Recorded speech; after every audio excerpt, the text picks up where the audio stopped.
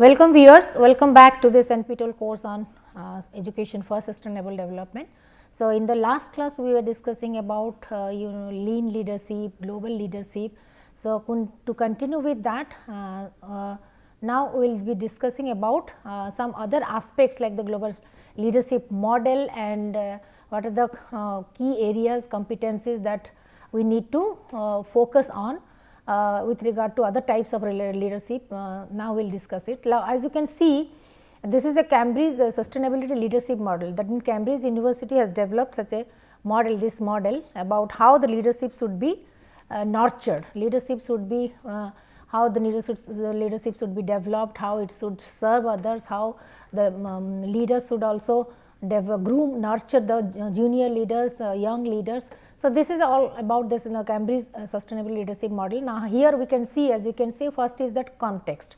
For any leader to be sustainable, to be global, to be transformational, to be effective. So, it needs a particular kind of context. So, context that can be, you can say that external context and the internal context. Yes, of course, external context, that is the ecological, environmental, financial, that is the economic related things, then the political environment of the organizational context, then the cultural aspects, in which country and cultural context or community it is established, community people, that is the neighborhood people or community people's interaction. So, these are the external factors, you can say. So, these are the external factors that determines the leadership context or the environment. Now, for the internal factors, internal environment, internal context, we can see within the organization what are the things, like the type of industry it is, what in which sector, whether it is service sector, manufacturing sector, IT sector, in which sector the organization is, then organizational reach. Reach, that means how accessible the organization is, what is the transport communication facilities, the location, the operational modes, flexibility. So, organizational reach, how easily the organizational things can be accessed. Then the organizational culture within the organization, what is the type of work culture, what is the type of working relationship, the employee-employer relationship, the structure, or even the organizational structure also, how hierarchical or the horizontal the type of organizational structure is, the communication patterns, the the teams, how the teams have been formed, the operational processes, the mechanisms, everything that comes under the organizational culture, that how the organization functions within the context, within its own context, internal context. Then organizational, then governance structure, again primarily depends on the type of the organization, whether it is a highly structured bureaucratic form of power driven kind of organizational structure. Accordingly, the governance will be like that, or the power distribution will be like that. So, the more flatter the organization is, the more democratic it is. So, the governance primarily depends on the organizational structure and its internal factors. Similarly, the leadership role, what type of leadership may be that there is the CEO or chief executive officer or the chief finance officer who is the topmost leader, and then how it has been, the leadership role has been divided, distributed, like according to the departments, units, different teams, different projects. So, how the sub leadership roles have also been distributed. So, what are the different types of leadership roles? Their hierarchies, their structures, their position in the organizational structure, and their rules, regulations, their power distribution, their responsibilities, and you can say the work related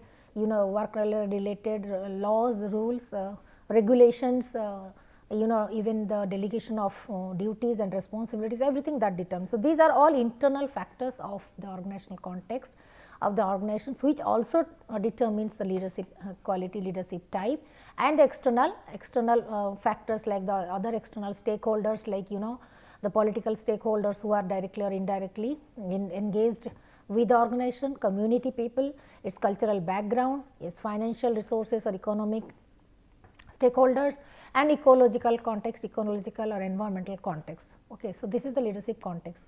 Similarly, now in case of the individual leader, who is the leader, what are the required, what are the desirable traits, styles, skills, and knowledge. We have already discussed again and again these things.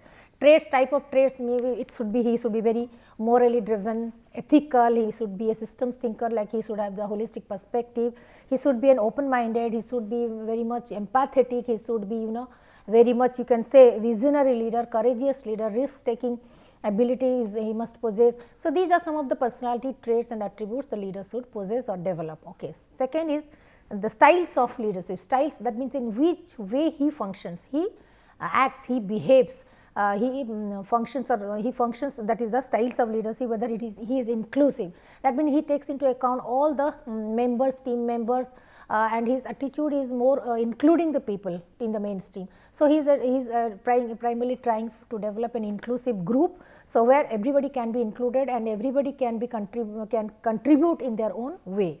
Visionary, that means he has the far distance long term future goals, objectives. So, he is a very visionary leader. His goals, targets, ambitions are very high, and he is himself is a creative. He wants to innovate, create something new, something unique, something different. So, he is very open minded, very he can be the change catalyst.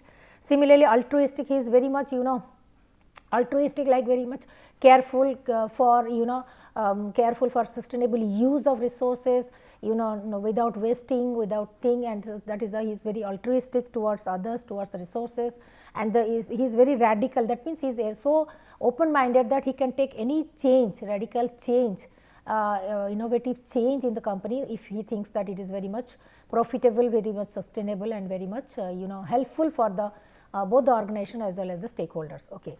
Now, the skills, yes, skills is primarily regarding to the managing the complexity, difficulties, or facing the challenges. He is communicating the visions, how efficiently he communicates his visions, missions, goals to every every employee of the organization, every stakeholder of the organization, and how efficiently he communicates and how he takes their feedback and utilizes, that is communication vision. Similarly, exercising the judgment, how judiciously he is exercising his judgment, employee engagement, the challenges, and how he is facing the challenges, resolving the challenges, and how he becomes very innovative in his approach to to welcome the positive feedback, to take the others' opinion and leverage those positive strengths, and again think in terms of the long term perspective. So, these are the skills and competencies the leaders they need to develop, and the knowledge about, that is the global challenges, the dilemmas they are facing, interdisciplinary connections, how this organization can have the network and how it can get the benefit with collaborating with other organizations. So, what are the relevance, interdisciplinary relevance, transdisciplinary connectedness, change dynamics and options. What are that means how flexible the organization is in bringing, updating its changes, that updating. So, it is more of dynamicity of the organization,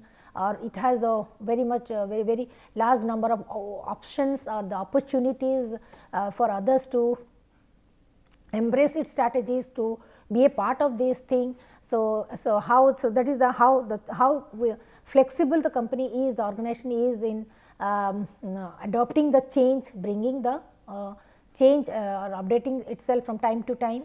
Okay. Then organizational influence and impacts, how organization has a significant influence on the community, on the community, on the region, on the stakeholders, and again how the impacts are being assessed, evaluated, how much positive impact it is incurring, and how this how these positive impacts are being leveraged also in further creating the resources.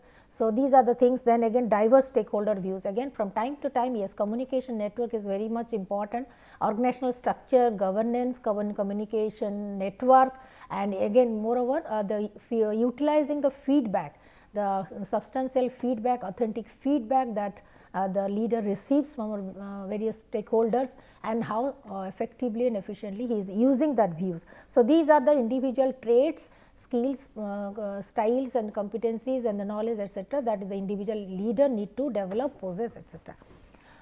So, next is the leadership action, how these are being translated into action. So, in the internal context, again in the external context. In the internal context, as you can see, internally how the decisions are being well informed decisions, that means everybody, every employee, every worker, every employee has the say in this in the decision making process.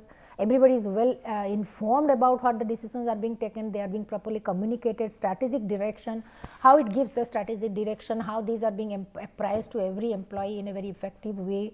Then management incentives from time to time for human resource management, especially for human resource management, how the incentives, privileges, perks are being given, acknowledgements are being given to the employees from time to time to motivate them, and how other resources are being sustainably used. Then performance accountability, how this accountability and transparency, these are very key words for organizational effectiveness. How the performance, each and every individual employee's performance, even if he is a leader, his performance is accountable.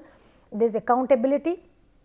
And transparency, how it is, how much transparent it is in terms of rule, regulation, justice, work process, everything. And people empowerment, yes, definitely through different kinds of training, workshop, etc. Every human resource, every employee should be empowered, not only in terms of training, workshop, but also giving by delegating some responsibility, delegating some power, delegating some flexibility, delegating the resources, freedom to access the resources, take the risks. So, how, in which way the people are empowered within the organization, so that they take the decisions independently. Sometimes they can innovate the new ideas, innovative ideas, they can exercise their power for the benefits of others, and in this process, employee empowerment, in this process also accountability increases, the performance, not only the performance outcomes, but accountability, citizenship behavior, dedication towards the company, or the, you can say, the employee's ownership behavior also being enhanced, increases. So, everybody thinks, every employee thinks that now, as because I have been given so much of power, resources, so and so, autonomy, freedom, etc. So, not only I am more accountable to the organization, so this is my organization, this is a kind of ownership develops. So, similarly, learning and innovation, there should be continuous flow of learning and innovation. You can through R&D, maybe through R&D and training sessions, and consultancy sessions with experts, invitations. So, all these kind of learning opportunities would also, continuous learning opportunities, and the innovation processes should also be open. And the external things like, the cross sector partnership, how the organization develops the partnership with other organizations in the same sector, across the sector, interdisciplinary, or in even it can also open the branches in different countries and different localities, different geographical areas across the globe. So, what type of partnership, it may be within the same sector, cross sector, even you can say technology transfer, outsourcing, these things also come into the purview of partnership. Sustainable products and services, whatever products the company is, product or the services the company is producing or providing, it should maintain the quality, that is the sustainability should be the, you can say, slogan, sustainability should be the, you can say, the brand slogan, or the you can say the template of, you can say the template of whatever kind of activities, products and are being produced and being provided to the community. So, sustainability, you can say the brand slogan or the template of all the activities. Then sustainability awareness, it should be lifestyle, it should be work habit, it should be thinking habit, it is a work habit. So, this kind of awareness not only to be created, not only to be imparted through training, etc., intervention, but also should be adopted, should be, you can say, a kind of immersive learning. So, sustainability awareness should be developed among everybody, among the among the not only the employees, but other stakeholders also. So, how this in the process of immersive learning. So, that means it is a kind of reminder, it is a kind of reminder that rings the bell every moment, every moment, every hour. So, it keeps on reminding the people that yes, of course, we have to be sustainable, of course, I am sustainable, of course, we have to function in a sustainable way. So, sustainability awareness would be a reminder, you can say it is a kind of bullet point, or you can say basic theme of, basic philosophy or value of performance. So, context transformation, how we can through these positive attributes, through this awareness, through these sustainability concepts and practices, how can we transform the whole context, that is from that means 300 degrees transformation, like not only bringing the change, upgradation, but in the positive direction for the and keeping in mind the sustainable future. And the stakeholder transparency, transparency definitely transparency and accountability, these two concepts, it builds the trust in the environments, and building trust is a very, you can say, it's a very very, you can say subconscious process, is a kind of very innate kind of concept, but which should be that means it is an indirect concept which we cannot say it is very much explicit, but it has to be predicted, assumed from the transparency, the accountability and the dedication that the stakeholders and the employees they practice. So, the transparency, stakeholders transparency, accountability and dedication or citizenship behavior, these three are the you can say key concept which determines the inherent work culture of that place. So, this is about the Cambridge Sustainability Leadership Model, and this is also another template where you can say the leaders also, besides all the skills, competencies and knowledge also, if we psychological domain, if we distribute it, yes, of course, these are the these are 4 quadrants we can say we can divide the leaders skills and competencies. One is the IQ, that is the intelligent quotient, that which we can primarily relate to the knowledge information that he gathers. EQ is the emotional quotient, that we can relate it to his interpersonal relationship, his networking with other partners and then social awareness, relationships, then the self management, self awareness and engagement with the stakeholders, engagement with the employees. So, how empathetic and passionate, and you can say how much intrinsically motivated he is towards his work and grooming others and nurturing others and the development of the organizations. So, that is the emotional quotient, and this one is the ethical question, that is how, that means his integrity, that means his personality integrity in terms of his honesty, in terms of his accountability, in terms of its characteristics, in terms of its professionalism, in terms of building trust, bringing transparency, bringing justice. So, these are the ethical question, and another is the narrative intelligence. Like narrative is the how clearly, that is it primarily deals with the communication part, how clearly he spells out how articulative he is, how honest he is, how authentic he is, how how empowering he is in narrating every details, apprising every details to all the employees and the stakeholders. That is the narrative intelligence, he has to explain. So, he primarily deals with the communication. So, these are the different types of an intelligence. IQ intelligence, it primarily it is required to intelligence in decision making, critical thinking, taking the and managing the risk, all these kind of cognitive or intellectual components that leader is primarily dealing with. Empathetic is emotional is primarily empathetic and dealing with human relationship, networking, all kinds of things. And the ethical thing is that running the business, running the governance, it is primarily related to governance, administration, etc. And narrative intelligence is primarily related to communication, awareness, information dissemination, all these things. Now, as we can say, now we will go to step into the developing global leadership traits. We have already discussed some aspects of the global leadership. Now, to take for example, take some of the examples of like this that means Bill Gates to Ratan Tata to Saurav Ganguly, how global leader they have become and what are their common features. That is just for an example. So, here in Maxwell also in 2018 identifies that there are 5 levels of leadership. So, what are these 5 levels? Yes, they are like the steps, that is the sequence, that is the hierarchy of like leadership. That is in level 1 we can say people follow because they have to, because you are the leader, as because you are the leader you have become the leader and by virtue of being the senior or promotion or organizational structure whatever, as because you are the leader. So, people have to obey you. So, that is the level 1, that is the because of your fundamental right or the professional right you have become the leader. So, that is the level 1. Second is the level 2, that is the relationship. So, as because as because you have developed that kind of positive relationship, bonding, trustworthy relationship, the people would like to follow you. So, because they because of your interpersonal relationship with the people. So, that like you can see in case of union leaders, union, that means the non-teaching staff or the workers union, etc. That is the relationship.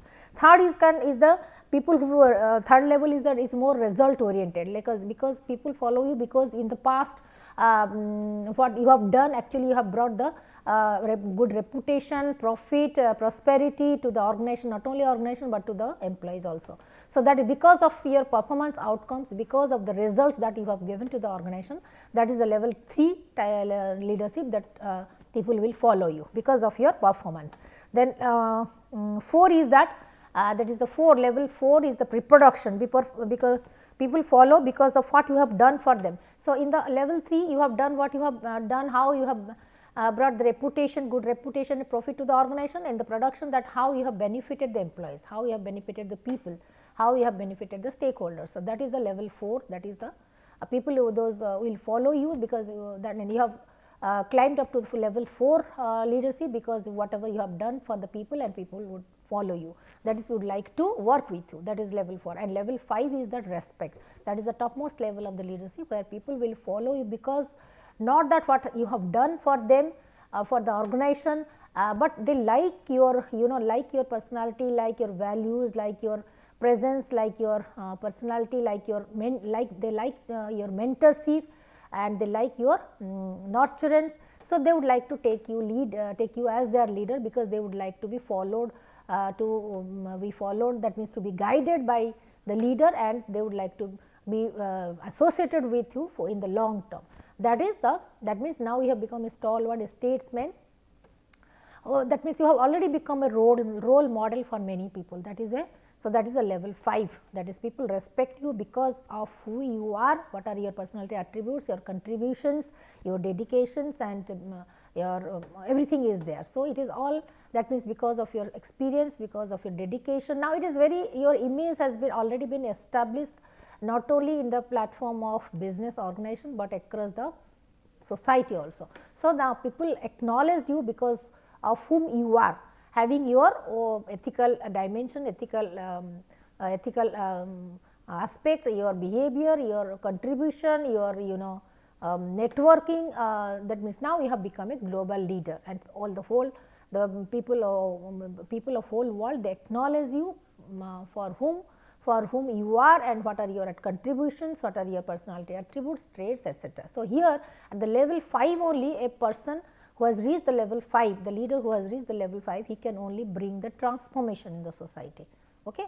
As because here at this stage the leader has the many followers. So, everybody would like to listen to him and follow him.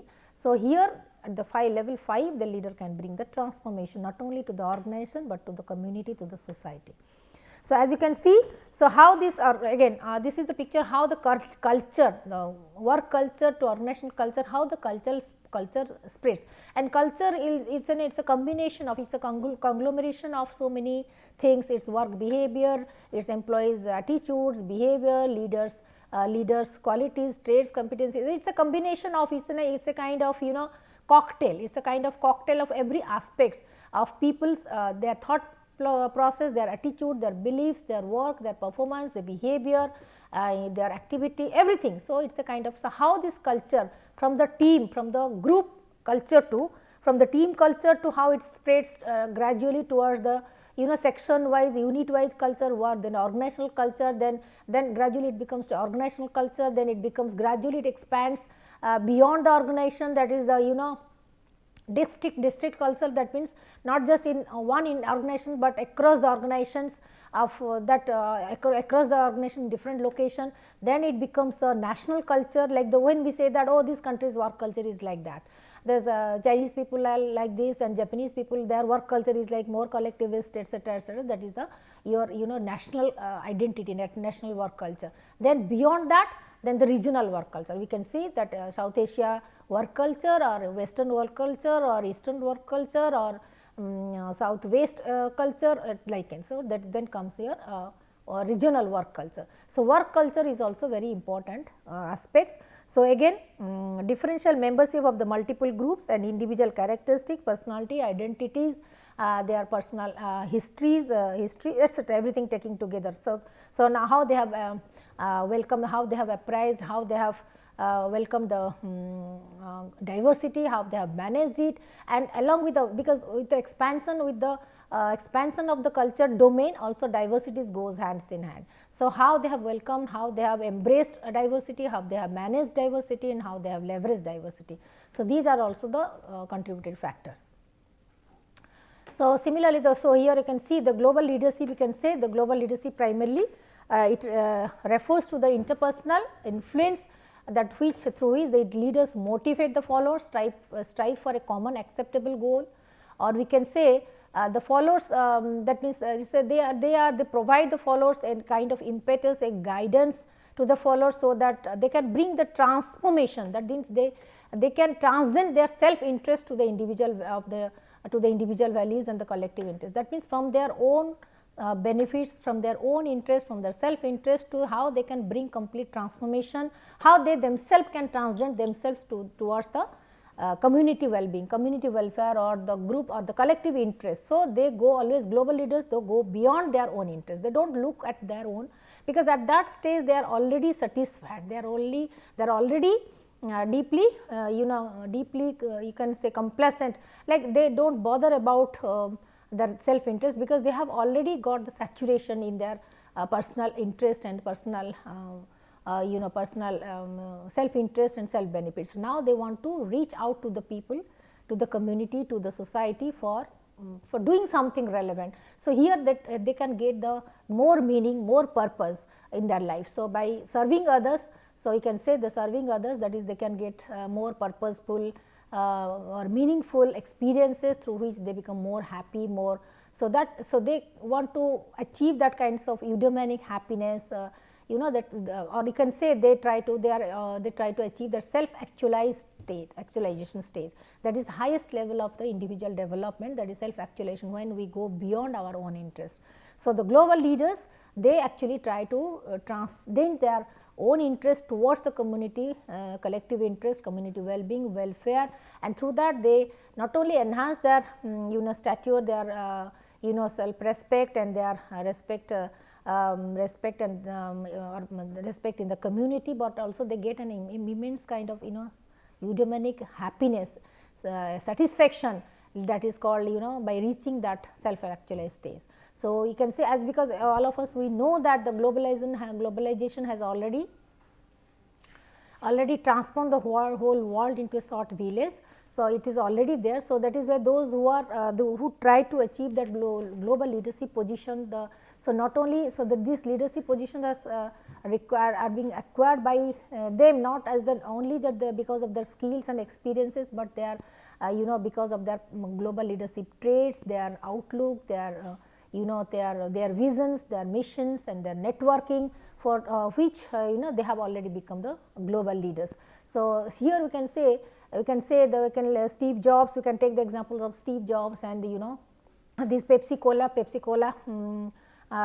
Indra Pepsi Cola leader, we can say they go beyond their community, their region, their country, but they just try to approach, try to reach to the global citizens.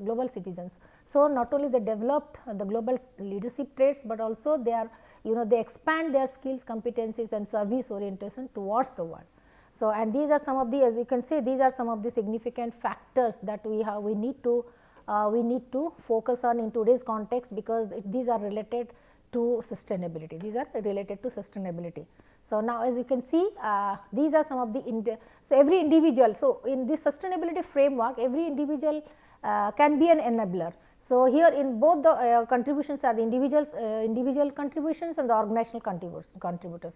So, if we map it in the framework, sustainability framework, we can see that in the individual enablers, how that means the individuals perceive support, then his sustainability knowledge, perceived control, responsibility for sustainability, beliefs about sustainability, then adopting sustainability habits of mind, sustainable lifestyle, consumption style. These are the individual factors, enabling factors towards sustainability, and these are all you can say the organizational factors starting from strategic commitment, again start sustainable leadership, how the leaders are committed towards sustainability, then activities embedded in the sustainability, then academic activities, organizational activities, operational activities, the job responsibilities, then again rewards and recognitions for sustainable achievements, then innovations, creativity, processes, how sustainability has been practiced as a part of the working process, regular operational process, supply chain, and everything in day to day activities, and the facilities which have been provided to the stakeholders, to the consumer, to the customers, and the overall that means contribution towards the society, for not just about for the organization, but towards by developer creating a sustainable community in sustainable cities and sustainable environment. So, this is the enabling factors that we can take on. So, now in the 2019 the World Economic Forum has already narrated that, elaborated that the global leaders, they need to be dynamic, they are very much engaged and driven by the driven individuals who possess not only high degree of intellectual curiosity, honesty, integrity and service oriented humility, but also they are also having they possess a profound sense of purpose, meaning, regardless of what challenges they face, what are the opportunities and scopes are available. So, they not only they possess this dynamic quality or high degree of the intellectual curiosity, service orientation and dedication, high motivation, etc., but also they possess a profound sense of purpose, a meaning in their life. So, by doing so they get the meaning, a purpose of their life, purpose of their. So, this purposeful or meaningful life they would like to deal with, because they have this, they think that they must do something profoundly useful and sustainable for the community, and that gives them the immense happiness, eudaimonic happiness and the meaning for their life. So, here you can say these 5 competencies, core competencies that we have already discussed for sustainability competencies, like systems thinking, having the holistic thinking, holistic perspective, external collaboration, social innovation, active values, ethical perspective and sustainability leadership, that means in terms of information, practice, habits, etc. So, now we are coming to the transformational leadership. So, transformational leadership, from the global leadership to beyond transformational leadership, that is by just adding new feathers. Transformational leaders, they serve to enhance the motivation, moral and job performance of the followers through a varieties of mechanism. They just not just try to achieve the organization's vision, mission, goals and establish themselves as the global leaders for the global development, etc., but they try to bring the 300-degree positive transformations with not only within the organization, but in case of the employees also. They try to become the global role model of the followers. So, it is taking the keen interest in grooming individual employees as well as the whole organizations. Okay. So, they try to inspire, they raise their interest in projects challenging the powers to take the greater ownership of their work, to to understand the each and every individual followers needs as qualities, strengths, weaknesses.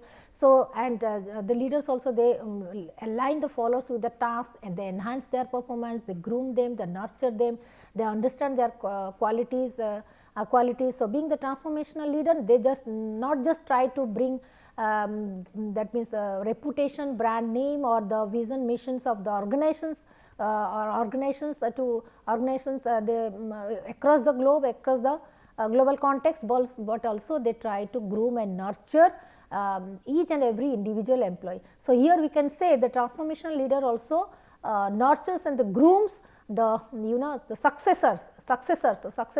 So, they have a very good successive plan like the nurturing, grooming, training the future leaders of the organization. So, they go beyond the task, beyond the time limit, but also they just look forward in for the next 100 years or 200 years of the organization's future. So, not just about the sustainability of the resources and the service, etc., but also they would like to have a very clear vision or secured position, sustainable position of the organizations by handing over the charges and responsibility to the next generation leaders. Sometimes you might have observed in some of the organizations, the senior leaders, they voluntarily step down to give the chances to the young leaders, to the junior leaders, and sometimes within. So, this leadership development is also, it happens within the organizations. So, within the organization, big organizations, multinational organizations, global organizations, they that means they becomes very more, you can say their outlook is so compassionate, they are very compassionate, and they just not just self-actualized people, they not just very much compassionate and outgoing and visionary leaders, they also very much, you can say, they very much they were very good mentors, they are very good mentors or the gurus, or you can say, to groom. So, they get immense satisfaction, they just do not take it as their responsibility, but they love to groom, nurture the future leaders, like kind of through as if they want to establish themselves like the Gurukul leaders, like grooming others, nurturing others and next generation leaders, not just one generation, but different generations, that is according. So, leadership, in-house leadership trainings are also important factors. So, here transformational leadership, as you can say, they just want the complete transformation, positive transformation within the organization, not in case of the organizational operation functions, products and services, etc., but also in case of the in case of the employees within the stakeholders also. Stakeholders, sometimes there is some volunteer training programs, even the community people also they give training, skill development programs, etc. So, at different level they try to nurture the people. So, that is their inspirational motivation is one dimension, how through their encouragement, through their inspirations, people are being motivated, how they are being successful in motivating others. That inspirational motivation is their affective domain attribute significant. Then intellectual stimulation, how they can stimulate others, they can intellectually stimulate others, create that kind of curiosity for knowledge, for updating the technology, everything. So, how they can create this intellectual curiosity among the others. Again, individualized consideration, how they give the priorities to individual needs, aspirations, strengths and weaknesses of each and every individual employee, stakeholder. So, that means here you can say they customize everything towards each and every individual mentee or individual member, or you can say employee. Then idealized employee. So, overall the ethical values and standards. So, idealized, you can say the philosophical, the ideological, the ethical influence they exercise. So, these are the 4 dimensions that we can divide, but the ultimate goal is that transformational leaders, they want to bring the transformation 300 degrees, 60-degree transformation, not just to the organization, organizational reputation across the globe, but each and every individual employee and the stakeholder, they want to groom it, they want to groom and nurture them. So, as you can see again, but before that also one more important thing is that the leaders before becoming the transformational leader, they need to be transformed individuals. So, they need to be transformed individuals. So, that can happen not just to the leaders, but every individual employee, member, person and the community can also try to transform himself. So, you can say how can we transform ourselves, how to that means the self transformed individuals. So, here these are some of the examples, like we can say Gandhi, Netaji, Mother Teresa and Vivekananda, all of them, they are transformed individuals. They have achieved on their own through effort, through dedication, through experience, through mentoring. So, how every individual should make effort to transform himself, like this self-actualized great leaders, self-actualized statesmen like this. So, transformed individuals are characterized by these following attributes, like if we make effort to transform ourselves by developing certain habits, certain positive attributes, then every individual can be a transformed individual. So, for this you can say we need more efficient perception of reality, how practical we are. These are the things we need to practice and develop.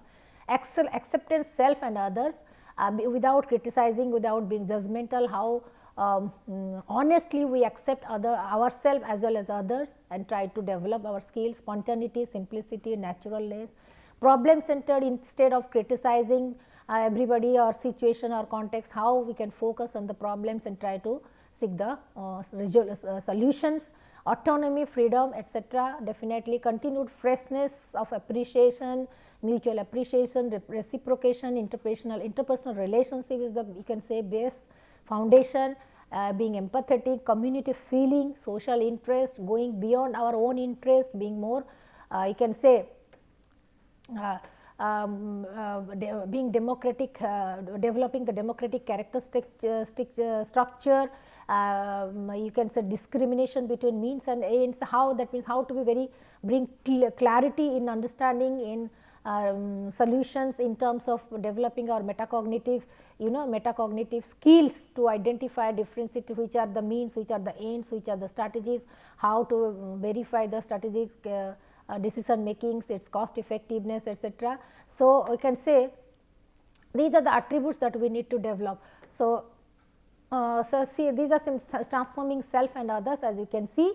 able to work for every individual would be able to work in his full potential, overcoming all kinds of constraints. Their motivation is very, their empathetic components, their affective components, their motivational components are very high, and they identify that that means in the process, this process of transformation, you can say transformative process is that it's a kind of continuous learning. So, they need to identify, accept all the flows of working on it, etc. And they, so every individual would become a self actualized person, transformed person. So, to not only to work effectively in the organization, but in the across the, that means across the society, across the community. So, you can say that he can bring the self transcendence, not only brings transformation within himself, gradually, slowly he can also bring transformation in the community, in the society, and towards the global village. So, here methods, what are the basic methods, you can say principles, like one is that unconditional positive regard towards every individual, by accepting, by praising, by giving supportive supports and unconditional positive regard. Empathetic sensing, as definitely you have to be, that means the leader himself, the individual himself have to be very empathetic, very conscientious, and very, you can say, empathetic in understanding, and not only giving the positive self transformation, but also try to groom and nurture others. Mindfulness, yes, mindfulness practices, trainings, habits to be developed. That means every individual, instead of grooming, instead of grumbling about the lack of resources or the past or so and so, etc., how this would be very mindful regarding, and focus their attention on the present, towards the present, acknowledging the and accepting the present conditions, and how they can focus on their feeling, thinking, and behavior, and try to resolve the issues and achieve the goals. So, mindfulness, it is a kind of rigorous training, continuous training can be given, and it can be included in the HR practices. So, practices similarly like stress, that means stress management skills and competencies, soft skill training, along with that mindfulness, and yes, of course, we can also use some of the yoga practices, therapeutic practices, counseling practices, etc., for de-stressing ourselves, but mindfulness towards the positive growth of the individual. Reflective thinking and metacognition, these are the regular practices, these are the individual skills, professional skills that need to develop, every individual need to develop, so that we can bring the positive changes within ourselves. So, these are the steps involved in the transforming self and others. One is that, yes, active acceptance of self and others, identifying what types of change is most conducive for fulfilling life, not just the professional life or work life, but also individual life, that is through how this lifestyles can leads towards self actualization or highest level of level of self actualization, level of satisfaction, eudaimonic happiness, global well-being, global citizenship, etc. Then identifying the aim and purpose of life in acting towards the purpose, and continuously striving to lead the self actualized stage and more purposeful and meaningful life. Sometimes also we try to go beyond self actualization, that is the transcendental, when we think of life beyond this life, beyond this environment. So, we can say now when we talk about the karmas, the karmas can also higher enlightenment, higher ambitions, higher goals, higher services, service to the humanity. You can say when we engage ourselves, then we think of you can say satkarma beyond this life, real life, this life, that is the beyond this birth, that we talk about the transcendental transformation. So, these are the same thing, this has been clarified, ways of thinking. These are the thinking that is from time to time we have discussed systems thinking, critical thinking, strategic thinking, that is something we need to practice. Sustainability leadership skills, we have already discussed, team building, communication, all these kind of multicultural engagement skills. And the capacities like we need to develop the capacity build through, and we need to nurture this capacity, develop this capacity among the different stakeholders through then like capacity of creativity, empathetic listening, empathetic problem solving, then self reflection, personal dedication, development, energy, renewing our own energy, all kinds of things. and this is, you can say, how the team can function in a very cohesive, even how to manage the larger teams. So when the team size is large, how to manage it, how to bring transformation, that is also a challenge. And you can say here the sustainable business, when you focus on the sustainable business, these are the 4 quadrants: integrity, safety, environment, responsibility, and these are the activities: performance delivery of the related to quality, reliability, risk management, responsibility, the control of the waste management, responsibility towards the sustainability, sustainable regulation, sustainable consumption, environmental sustainability, conservation of resources, and the development and improvement of the values, training, and human resource. Okay. So, as we can see, these are the 5 key areas, you can say, 5 around the human resource key areas, which are very much relevant to the work life balance, to the organizational well-being, community well-being. Is these are the resources: air, energy, land, water, as well as the materials. As you can say here, you can see these are the operational strategies, these are organizational strategies, and these are the commercial. Operational, you can say, we have to think of the environmental management, resource efficiency, optimization, zero carbon footprint, etc. That is operational.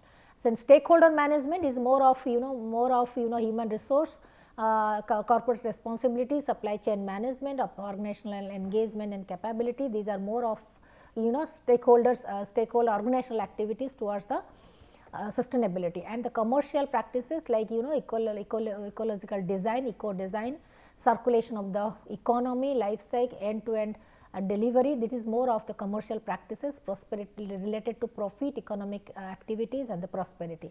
So here it is, we can say these operational activities are more related to environment, and these organizational activities are more related to human resource, that is society, and these commercial activities are more related towards the prosperity and the cost effectiveness or the economic growth of the organization.